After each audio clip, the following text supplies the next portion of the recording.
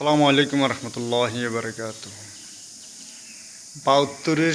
বাহাত্তরের সংবিধান আমার মনে হয় বাংলাদেশ মানুষের জন্য এটি একটি নালত। বাহাত্তরের সংবিধানের দ্বারা বাংলাদেশের সাধারণ মানুষের কোনো উপকার হয়েছে আমার কখনো মনে হয় না।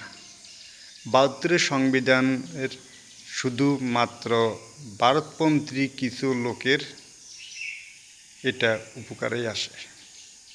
বাহাত্তরের সংবিধানের ব্যাপারে আমরা আগে বুঝতে পারিনি, তবে বেগম জিয়া ঠিকই বুঝতে পেরেছিলেন, যার কারণে বেগম জিয়া বলেছিলেন যে বাহাত্তরের সংবিধান আমরা সুযোগ পেলে ছুঁড়ে ফেলে দেব।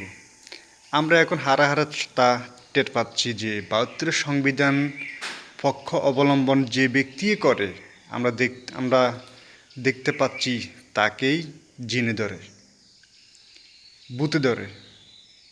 আমরা মনে করেছিলাম তাই, আসলে ঠিক তাই নয়। ভারতের সংবিধান কেউ ইচ্ছে করে অবলম্বন করে না। ভারতের সংবিধান যে ব্যক্তি অবলম্বন করে, আমার মনে হয় তার গোপন ভিডিও রয়ের কাছে আছে, অথবা ভারতপন্থীদের কাছে তাদের গোপন যে কোনো একটা সমস্যা আছে, যার কারণে তারা পক্ষ অবলম্বন করে।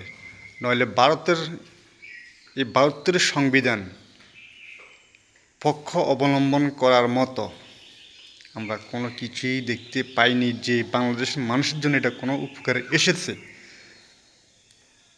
বাহাত্তরের পর থেকে এ পর্যন্ত বাংলাদেশের মানুষের জন্য শুধু এটা ক্ষতি বয়ে এনেছে। আমরাও বেগম জিয়ার সাথে একমত যে বাহাত্তরের সংবিধান ছুঁড়ে ফেলে দেওয়া হোক। আসসালামু আলাইকুম রহমতুল্লাহ।